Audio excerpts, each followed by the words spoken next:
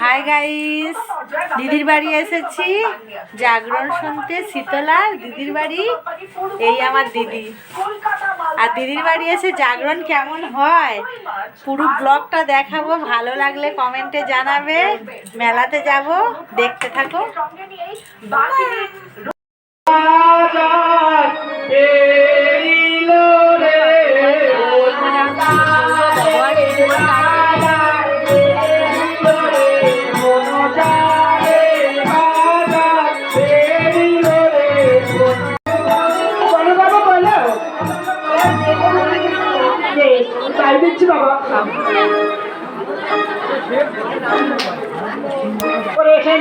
ফুলের পদ্ম ফুল, কেয়া ফুলের গন্ধ।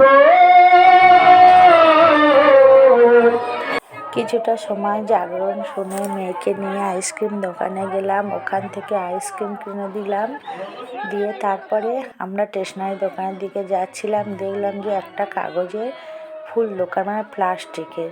ওখান থেকে কিছু ফুলের সেট নিলাম ঘর সাজাবার জন্যে। মেয়ে তো ধরেছে এগুলো স্টেশনারি দোকান, এখানে যাওয়ার জন্যে। আমি বললাম যেতে হবে না, ও গেলেই তো সাজের জিনিস কিনবে।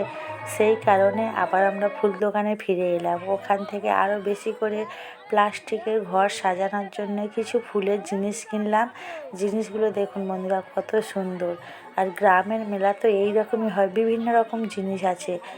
আর 10 টাকার সেলে এত জিনিস এসেছে, সে কি বলবো। আর এখান থেকে মেয়ে দুটো আর টেবিলে দেওয়ার জন্য ফুলের জিনিস কিনলো। তারপরে ওগুলো নিয়ে বাড়িতে চলে এলাম। বন্ধুরা, ছোট্ট ব্লগটা কেমন হয়েছে ভালো লাগলে কমেন্টে জানিও। আর আজকের এই পর্যন্ত।